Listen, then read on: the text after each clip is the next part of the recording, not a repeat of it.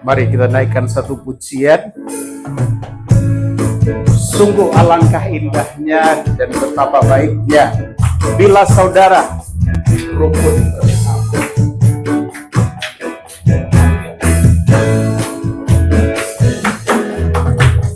Sungguh alangkah baiknya, sungguh alangkah indahnya bila saudara semua hidup rukun bersama. Sekali lagi, sungguh alangkah baiknya, sungguh alangkah indahnya bila saudara semua hidup rukun bersama.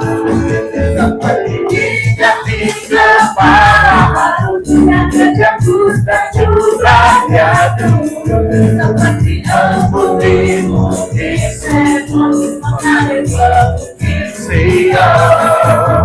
Sebagai sanalah Allah memberikan agar berkat-berkatnya tercurah, memberikan anugerah hidup selamanya seperti minyak di kepala manusia yang buta curahnya dulu, seperti embun-embun mengalir bukit Sion.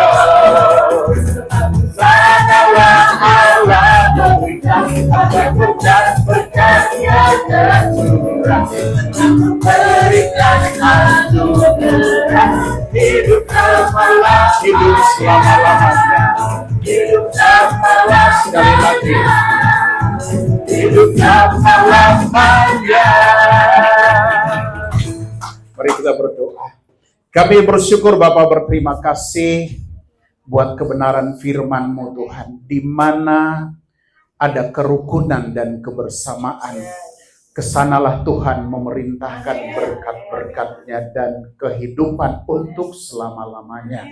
Terima kasih Tuhan, kami percaya janji-Mu, kami percaya firman-Mu, bahwa apa yang Kau katakan itu yang akan Kau laksanakan. Terima kasih Bapa, kami mau belajar dari firman-Mu, Tuhan ajari kami, dan buatlah kami mengerti apa yang menjadi kehendak-Mu dalam hidup kami. Berkati hamba-Mu, pakai hanya sebagai alat di dalam tangan-Mu. Dalam nama Tuhan Yesus kami berdoa. Haleluya. Amin. Amin. Silakan duduk.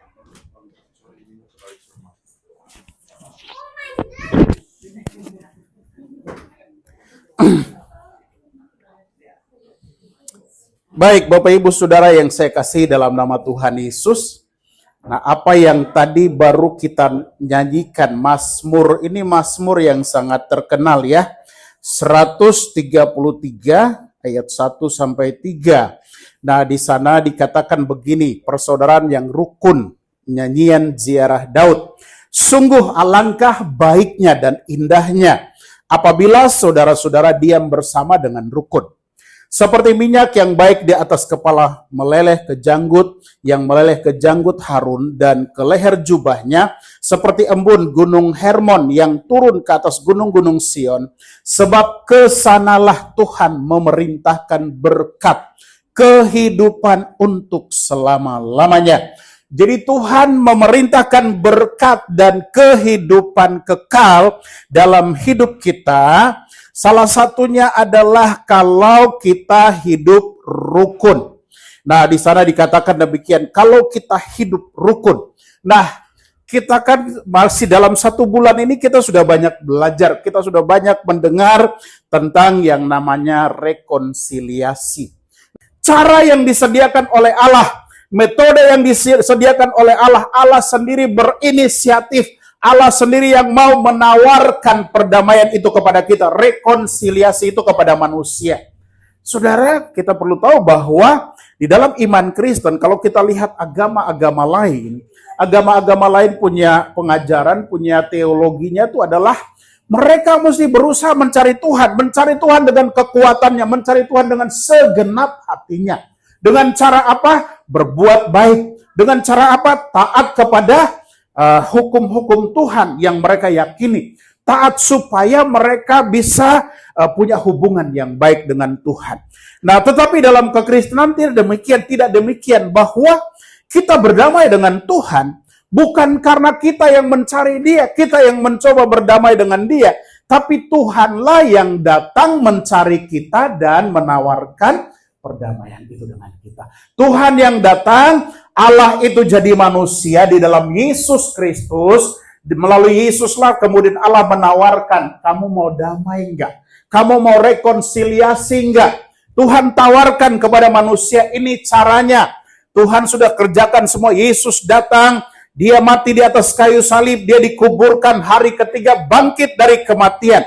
Kematian dan kebangkitannya itu cara yang dikerjakan Allah. Kamu beriman kepada kematian dan kebangkitan Kristus, maka hidupmu didamaikan dengan Allah. Nah, Bapak Ibu Saudara yang dikasihi Tuhan, jadi percaya kepada Tuhan Yesus itu cara kita berdamai dengan Allah. Nah, tapi percaya kepada Tuhan Yesus itu pun, Saudara yang dikasihi Tuhan, saya sudah sering mengatakan bahwa seringkali orang menganggap percaya kepada Tuhan gampang kok percaya kepada Tuhan. Terlalu mudah percaya kepada Tuhan. Cuma percaya atau cuma masuk gereja kan? Saudara yang dikasihi Tuhan, percaya kepada Tuhan ternyata di dalam Alkitab tidak sesederhana itu. Percaya kepada Tuhan, saudara, tadi saya katakan bahwa Allah datang mencari kita. Dia datang mencari kita tidak hanya sampai di situ. Tapi saudara tahu tindakan selanjutnya adalah Dia memilih orang-orang yang berkenan kepadanya. Dari semua orang, dari jutaan orang manusia di dunia ini. Tapi Dia hanya memilih beberapa di antaranya. Dari satu keluarga besar, Dia hanya memilih 1 atau 2 orang dari keluarga itu. Tidak semua orang dipilih Tuhan. Tuhan memilih. Jadi seperti Yohanes 15 ayat yang ke-16 bilang, bukan kamu yang memilih aku, tapi akulah yang memilih kamu. Tuhan datang memilih kita. Tuhan datang memilih orang, memilih seseorang. Saya berdoa, saya percaya bahwa saudara di sini adalah orang yang dipilih Tuhan. Tuhan datang memilih saudara. Jadi saudara bukan hanya orang Kristen yang terbiasa dari kecil, terbiasa bertahun-tahun ke gereja, tapi saudara yakin saudara adalah orang yang dipilih secara khusus oleh Tuhan. Dan pilihan Tuhan itu terjadi, yaitu waktu kau mulai merespon kasih Allah itu. Kau mulai beriman kepada karya Kristus di kayu salib itu. Waktu kita respon, waktu kita percaya, mengakui dengan mulut, percaya di dalam hati, dengan segenap hati kita, maka disitulah terjadi bahwa Dia memilih kita. Bapak Ibu, kalau kita lihat di dalam Alkitab banyak cerita-cerita, salah satu contoh Esau dan Yakub. Itu padahal anak kembar anaknya Ishak. Kalau menurut aturan tradisi orang Yahudi, anak sulung itu selalu menerima berkat 2 kali lipat atau double porsi. Karena anak sulung dia menerima berkat. Nah, tetapi dalam cerita, kalau kita baca Kejadian pasal 25 itu, 26 dan seterusnya, justru sebaliknya Yakub, adiknya yang justru dipilih Tuhan untuk diberkati Tuhan. Saudara yang dikasihi Tuhan, kemudian Alkitab bilang, hanya satu, Tuhan bilang, kalau aku berkenan kepada seseorang, maka orang itu aku pilih. Nah, jadi Bapak Ibu, ternyata menjadi Kristen itu bukan hanya soal kita ke gereja. Bukan soal kita percaya hanya ngomong di mulut. Tapi ini bicara tentang Tuhan berkenan kepada hidup seseorang. Tuhan berkenan kepada hidup seseorang. Nah, jadi Bapak Ibu Saudara yang dikasihi Tuhan, waktu Tuhan berkenan kepada hidup seseorang, maka disitulah terjadi Dia menyelamatkan orang itu. Dia berdamai dengan orang itu. Dia mengampuni dosa orang itu. Dia membenarkan orang itu. Waktu Tuhan memilih dia. Nah, setelah dia dipilih Tuhan, maka tanda yang kedua orang yang dipilih Tuhan itu adalah terjadi yang namanya pengalaman pertobatan dan lahir baru. Kau diberikan hati yang baru. dikaruniakan hati yang baru. Dari hati yang baru itu kemudian pikiran yang baru, perasaan yang baru, dan keinginan yang baru. Itu mulai ada di dalam hidupmu. Semua jadi baru. Ketika kalau Tuhan memilihmu, kalau Tuhan berdamai denganmu, maka terjadilah pengalaman baru itu dalam hidupmu. Dan yang ketiga, perdamaian itu ditandai dengan waktu kita berdamai dengan Allah. Maka yang ketiga, Allah mengutus rohnya datang tinggal di dalam kita. Roh Allah itu tinggal di dalam kita. Dan itu tanda bahwa kita sudah berdamai dengan Allah. Nah, jadi Bapak Ibu Saudara yang dikasihi Tuhan, nah roh Allah datang dalam kehidupan kita. Roh Allah itulah sebagai pembimbing, sebagai pengarah, sebagai penasehat di dalam hidup kita. Dia menuntun kita kepada kebenaran firman Tuhan. Dia menuntun kita kepada Tuhan. Roh Allah di dalam kita. Nah, roh Allah di dalam kita itulah yang kemudian akan mengajari kita banyak hal.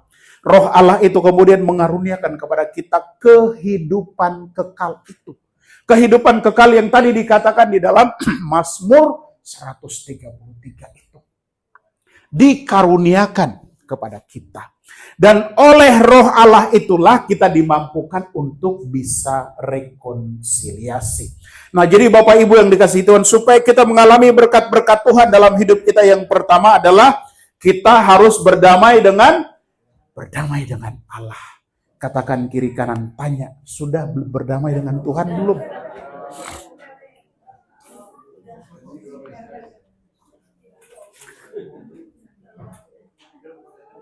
Tanya, tandanya apa berdamai dengan Tuhan? Tandanya apa? Tandanya ada, ya saudara. Jadi itu berdamai dengan Tuhan. Jadi jangan ngaku-ngaku Kristen, jangan saudara ngaku-ngaku rajin ke gereja, jangan saudara ngaku saya sudah melayani Tuhan. Saya bilang dari tempat, saudara mau melayani Tuhan bolak-balik sampai nungging-nungging, tapi kalau saudara belum berdamai dengan Tuhan, percuma. Percuma pelayananmu, percuma. Gak ada gunanya di mata Tuhan, gak ada gunanya. Kalau saudara belum berdamai dengan Tuhan, saudara mau jadi pelayan pun, saudara mau petantang-petenteng di gereja, gak ada artinya buat Tuhan. Saudara mesti tahu itu bahwa betapa penting kita berdamai dengan Tuhan, ya. Jadi sekali lagi berdamai dengan Tuhan. Jadi berdamai dengan Tuhan itu ada tandanya, ya. Ada tandanya. Saudara mesti tahu tanda orang yang sudah berdamai dengan Tuhan, ya. Nah, yang kedua, supaya kita bisa menerima berkat Tuhan dalam kehidupan kita, maka tanda yang kedua, maka hal yang kedua yang harus kita lewati adalah berdamai dengan sesama. Berdamai dengan sesama. Berdamai dengan orang-orang lain di sekitar kita. Bapak Ibu yang dikasihi Tuhan, berdamai dengan orang lain gampang atau susah? Susah atau gampang? Gampang atau mudah? Mudah atau gampang? Berdamai dengan orang. Taruhlah misalnya saudara disakiti, saudara diomongin, dijelek-jelekin sama orang, gitu kan.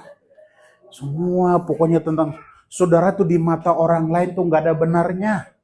Pokoknya gak ada benarnya. Selalu salah.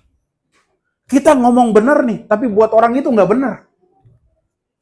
Kita lakukan sesuatu yang baik, tapi buat orang itu, ngapain? Dia sudah punya penilaian yang tidak baik terhadap kita. Nah saudara, terhadap orang begitu, saudara bisa berdamai dengan orang begitu? Halo, bisa berdamai dengan orang kayak begitu?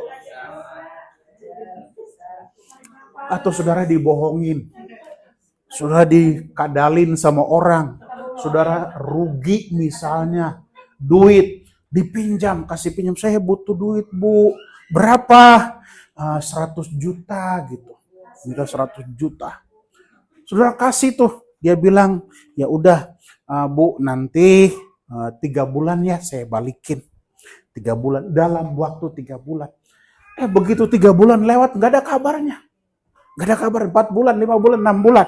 Terus kita tanya, Bu gimana janjinya? Galakan dia. Sabar dulu, kenapa sih? Nanya duit melulu. Kan saya lagi nggak kerja nih, saya lagi nggak kerja. Jadi dia minta kita mengerti dia, padahal dia janji sendiri gitu. Saudara, kalau saudara ketemu orang begitu, saudara bisa berdamai dengan orang seperti itu? Hah? Atau misalnya begini, saudara berbuat sesuatu, misalnya saudara lakukan sesuatu yang saudara sendiri maksudnya tuh tidak pernah melakukan, tapi orang cerita saudara, oh dia begini, aduh, pokoknya nama baik semua tuh udah jelek di mata orang. Orang semua tahu yang namanya itu Indra Mulia, aduh, itu orang susah dipercaya, itu orang, aduh, utangnya di mana-mana, tukang bohong lagi, diceritain semua begitu. Nah, bisa nggak berdamai dengan orang begitu?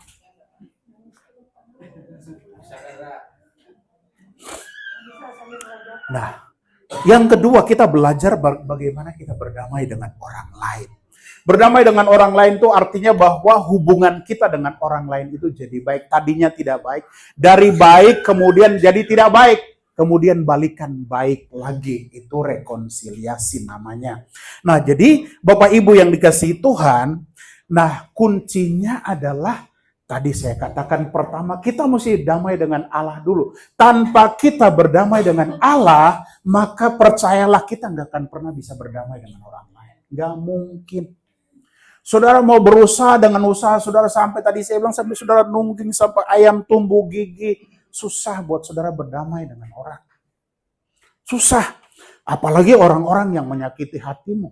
Apalagi orang-orang yang merugikan saudara.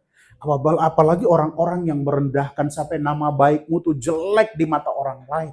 Nah, jadi saudara yang dikasihi Tuhan, nah, supaya kita bisa berdamai dengan orang lain, maka tadi satu adalah kita mesti berdamai dengan Allah. Nah, waktu kita berdamai dengan Allah, maka tadi 3 tanda saya sudah jelaskan kepada saudara. Akibat dari Roh Kudus tinggal di dalam hatimu, Roh Kudus datang tinggal di dalam hidup kita, maka kita akan menerima yang namanya kasih Allah. Nah, di dalam hati kita tuh akan ada 2 macam kasih yang terjadi dalam hidup kita. Nah, coba kita mau baca sama-sama Efesus pasal 6. Coba buka Efesus pasal 6 ayat yang ke-24. Efesus 6 ayat 24. Sudah dapat? Mari kita baca bersama-sama. 3, 2, 1. Kasih karunia menyertai semua orang yang mengasihi Tuhan kita Yesus Kristus dengan kasih yang tidak binasa. Nah, perhatikan di situ Paulus membedakan, pertama ada yang namanya kasih karunia menyertai kamu. Tapi di bagian terakhir dia bilang kasih yang tidak binasa. Nah, ada 2 macam kasih di sini. Jadi yang pertama itu namanya kasih karunia atau bahasa lainnya tuh anugerah. Anugerah atau kasih karunia itu adalah kemampuan yang Tuhan berikan kepada kita. Kemampuan yang Tuhan berikan kepada kita untuk kita bisa taat kepada Tuhan. Kekuatan di dalam diri kita yang Tuhan berikan supaya kita bisa taat kepada Tuhan. Perintah Tuhan seberat apapun, perintah Tuhan sesulit apapun, tapi dengan kasih karunia Tuhan kita dimudahkan untuk bisa melakukannya. Itu kasih karunia. Jadi Bapak Ibu Saudara yang dikasihi Tuhan, itu yang pertama, dampak dari Roh Kudus tinggal di dalam hidup kita. Jadi, seperti tadi berdamai dengan orang, susah enggak? Susah kalau saudara berusaha dengan kekuatanmu sendiri. Kalau saudara berusaha dengan kekuatan, dengan kepandaianmu, dengan segala usahamu sendiri, tidak akan pernah bisa. Tapi waktu saudara tunduk kepada Tuhan, waktu saudara bersedia dipimpin oleh Roh Allah, waktu Tuhan bilang kamu berdamai, begitu kita taat, begitu kita jalan untuk berdamai, nah disitulah kasih karunia mulai bekerja di dalam Sehingga kasih karunia itu memampukan kita. Apa yang tidak mungkin menurut kita, tapi bersama Tuhan bisa. Apa yang mustahil buat kita, tapi bersama Tuhan tidak ada yang mustahil. Itulah kasih karunia itu. Jadi Bapak Ibu Saudara yang dikasih Tuhan, karena itu di dalam Tuhan kita menerima Roh Kudus itu. Roh Kudus itu yang memampukan kita. Dia memberikan anugerahnya itu. Dia memampukan kita. Sama dalam hal lain, bukan hanya dalam hal berdamai, tapi juga di dalam hal kita bersyukur. Bersyukur kalau kita hadapi masalah. Bersyukur kalau kita hadapi tantangan. Bersyukur kalau kita tertekan. Nah seringkali kan kita susah sekali bersyukur kalau apalagi masalahnya berat.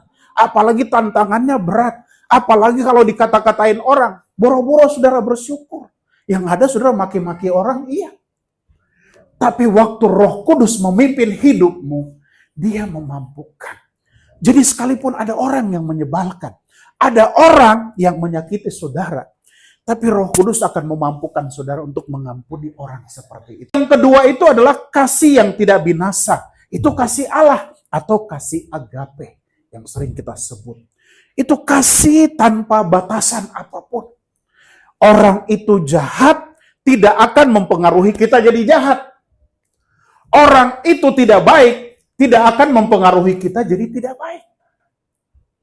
Orang itu kasar tidak akan membuat kita jadi kasar. Kenapa? Karena kasih agape menguasai hati kita. Kasih agape itu menguasai pikiran kita. Sehingga kita tidak terpengaruh dengan orang lain. Orang lain mau maki-maki kita, orang lain mau kata-katain kita, gosipin kita, fitnah kita, merugikan kita, atau membuat nama baik kita hancur. Kita tidak akan terpengaruh. Artinya kita tidak... Hidup kita akan sadar, sesadar-sadarnya bahwa hidup kita rusak itu bukan karena orang lain. Kita jadi tidak baik itu bukan karena orang lain. Kita jadi orang jahat itu bukan karena orang lain. Tapi saudara mesti tahu, jahat atau tidak itu pilihan. Pilihan di tangan saudara. Orang jahat banyak, tapi kalau saudara pilih untuk tidak mau ikut kejahatan, maka saudara akan bebas dari kejahatan itu. Banyak orang yang akan melakukan segala sesuatu hidup yang kasar atau tindakan kasar kepada saudara, tapi pilihan di tangan saudara, balas atau tidak itu keputusanmu. Kalau kau balas, ya artinya kau tidak bisa untuk mentaati apa yang Roh Kudus katakan di dalam hatimu. Roh Kudus akan tuntun saudara untuk memilih. Sekali lagi Roh Kudus itu menuntun kita bukan seperti robot. Jalan diatur pakai remote dari jauh, belok. Terus apalagi berhenti. Enggak. Kita punya kehendak, kita punya keinginan. Dan Roh Kudus itu selalu menghargai kehendak kita. Menghargai pilihan kita. Jadi pilihan itu ada di tangan kita. Kita mau sakit hati atau enggak sakit hati, itu pilihan kita. Bukan karena persoalan perbuatan orang lain. Orang lain akan berbuat tidak baik kepada kita. Orang lain akan menilai saudara tidak baik. Tapi pilihan ada di tangan kita. Kita yang memilih. Kita yang memutuskan. Kita terima itu atau tidak terima. Kita menolak atau kita menerima. Pilihan ada di tangan kita. Nah, jadi Bapak Ibu Saudara yang dikasihi Tuhan. Jadi, kasih agape itu artinya bahwa Allah menaruh kasihnya di dalam hidup kita. Sehingga kasih itu menguasai kita. Kasih itu menuntun kita. Kasih itu membuat menghilangkan sekat-sekat atau batasan-batasan dalam hidup kita yang tadi saya katakan.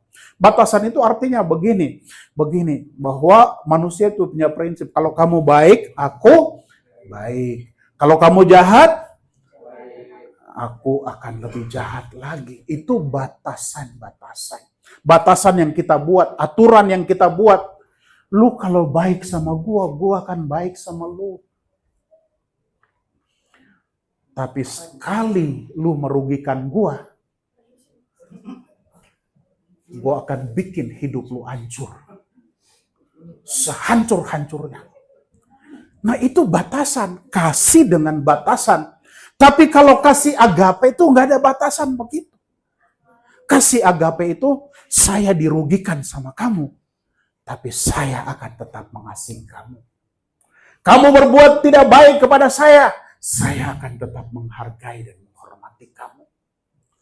Kamu berbuat tidak adil kepada saya akan tetap baik kepada kamu. Itu kasih agape. Nah, kasih itu di dalam hidup kita, tadi saya bilang kasih itu yang akan membuat kita berdiri teguh di dalam Tuhan. Kita nggak gampang terpengaruh dengan orang lain, nggak gampang terpengaruh dengan sikap orang lain, karena kasih itu menguasai kita. Nah, jadi Bapak Ibu, kita mesti menerima kasih itu. Jadi supaya apa? Supaya kasih itulah yang membuat kita berdamai dengan orang lain. Kasih karunia memampukan kita berdamai dengan orang lain. Kasih itu menghilangkan batasan di dalam hidup kita. Makanya kalau saudara baca ajarannya Tuhan Yesus dalam Matius 5, 6, 7. Waduh, itu ajaran benar-benar apa ya? Ya kalau secara daging itu susah sekali. Saudara coba belajar sedikit gue, ditampelin sama orang lain. Terus saudara gak balas. Tapi saudara kasih pipi sebelah lagi. Atau kepalamu ditabokin. Oh gak apa-apa, terusin. Tabokin. Kan susah yang begitu-begitu, kan susah. Tuhan bilang begini baru, kalau orang berbuat jahat kepadamu, jangan kamu balas lagi dengan berbuat jahat kepada orang lain. Kamu berdoa dan kasihilah orang itu, berkatilah orang itu. Wih, itu perintah keren banget. Itu ajaran keren banget. Tanda dari kita kita punya kebebasan, kita punya kemerdekaan dalam diri kita. Itu tandanya adalah kamu gak akan pernah terganggu dengan orang lain. Apapun orang mau bilang kamu apa, selalu kamu akan aman aja. Artinya begini, hatimu itu gak akan pernah terganggu karena kata-kata orang. Gak akan terganggu. Kamu dengar orang menghinamu, tapi kamu tidak akan pernah terganggu. Kamu dengar direndahkan orang, tapi kamu gak akan pernah terganggu. Kamu akan bilang, Tuhan terima kasih. Terima kasih. Bahkan kamu akan melakukan perintah Tuhan, doakan orang itu, berkati orang itu. Itu yang akan kamu lakukan dalam hidupmu. Itu tanda orang sudah berdamai dengan Tuhan tuh begitu. Nah, jadi Bapak Ibu yang dikasihi Tuhan, ingat 3 hal tadi ya. 1 apa? Berdamai dengan Allah. Yang kedua, berdamai dengan sesama. Yang ketiga, berdamai dengan diri sendiri. Kalau saudara sudah bisa melakukan ini dalam hidupmu, percayalah, Mazmur 133 itu akan benar-benar nyata dalam hidup. Saudara akan menjadi orang yang membawa damai. Tuhan bilang begini, Tuhan Yesus bilang begini, berbahagialah orang yang membawa damai karena mereka akan disebut anak-anak Allah. Itu Matius pasal 5. Ayatnya cari sendiri, pokoknya Matius 5. Matius pasal 5. Berbahagialah orang yang membawa damai. Artinya kamu tuh sumber damai, kemanapun kamu pergi selalu bawa damai buat orang lain. Kenapa? Karena kamu sudah punya damai dalam hidupmu. Karena kamu sudah menerima damai itu. Kamu akan selalu membawa damai. Nah Bapak Ibu, berbahagialah orang yang membawa hidup membuat orang rukun. Wah, luar biasa. Sungguh alangkah indahnya dan baiknya kamu hidup rukun. Nah sama di dalam gereja juga sama kayak begitu. Kita mesti hidup rukun-rukun lah dalam gereja. Jangan jadi orang yang gampang tersinggung ya. Jangan jadi orang yang gampang ngambek. Ingat, pelayan Tuhan, dengar baik-baik ya. Jangan suka ngambek, dikit-dikit ngambek.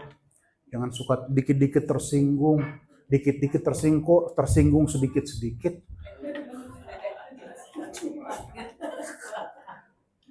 Jangan suka tersinggung. Ingat tadi saya bilang adalah baik kamu tertekan supaya kamu belajar bersandar kepada Tuhan. Supaya kamu belajar ingat hukum-hukum Tuhan dalam hidupmu. Saya tutup dengan cerita ini. Bapak Ibu, Sudah tahu minyak narwastu? Tahu kan? Nah, minyak narwastu itu proses untuk menjadi sebuah minyak. Itu panjang.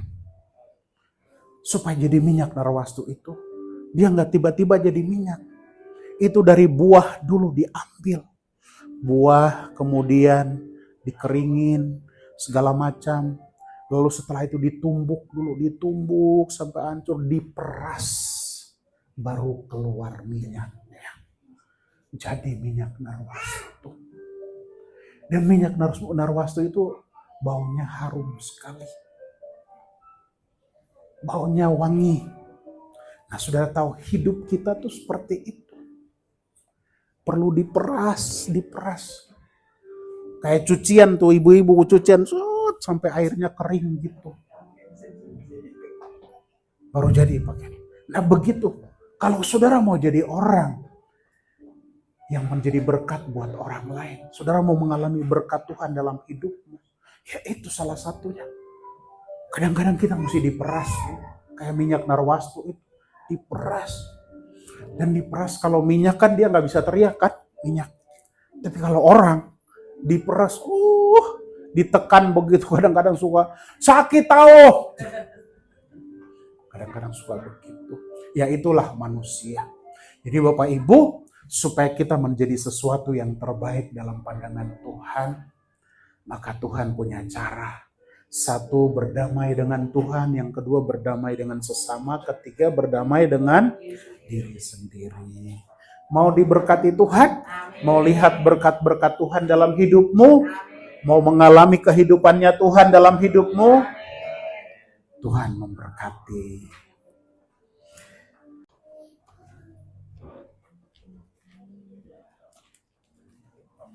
Kita mau naikkan satu pujian. Apa ya? Ku rindu setiap waktu. Judulnya apa? Mari sama-sama kita bangkit berdiri, kita menyanyikan satu pujian. Ku rindu setiap waktu hidup di kebenaran-Mu. Ku rindu setiap waktu hidup di kebenaran,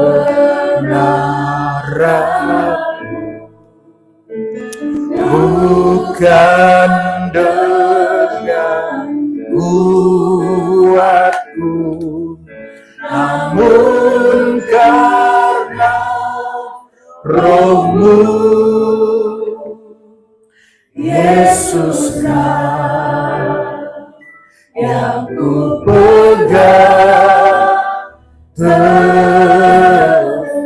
Katakan, Engkaulah Tuhan, Engkaulah Raja.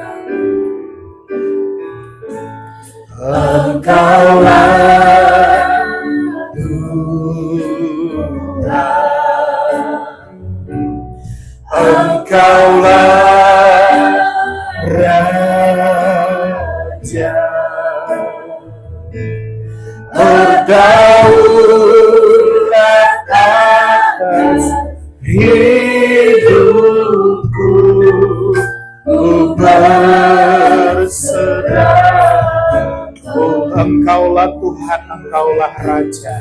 Engkaulah Tuhan, Engkaulah Raja. Berdaulat atas hidupku, ku berserah teguh. Kami bersyukur Bapa, berterima kasih buat kebenaran firman-Mu malam hari ini. Kami percaya bahwa firman-Mu ya dan amin Tuhan.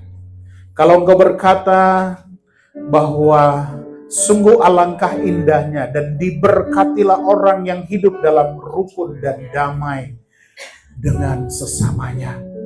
Sebab kepada orang-orang seperti inilah Engkau mengaruniakan berkat-berkat-Mu dan kehidupan dalam kehidupan mereka Tuhan. Bapa, kami percaya ketika kami melakukan rekonsiliasi, kami hidup dalam rekonsiliasi, hidup berdamai satu dengan yang lain, maka kami percaya firman-Mu digenapi dalam kehidupan kami. Terima kasih Bapa, hamba-Mu berbicara sampai di sini. Tuhan, Engkau berkati firman-Mu, Kau yang mengajari umat-Mu, anak-anak-Mu untuk selalu merenungkan firman Tuhan, untuk menaruh perkataan-Mu di dalam hati mereka, untuk mengingatkan mereka selalu akan kebenaran firman-Mu. Terima kasih Bapa, kami mengucap syukur dan berdoa di dalam nama Tuhan Yesus. Haleluya. Amin.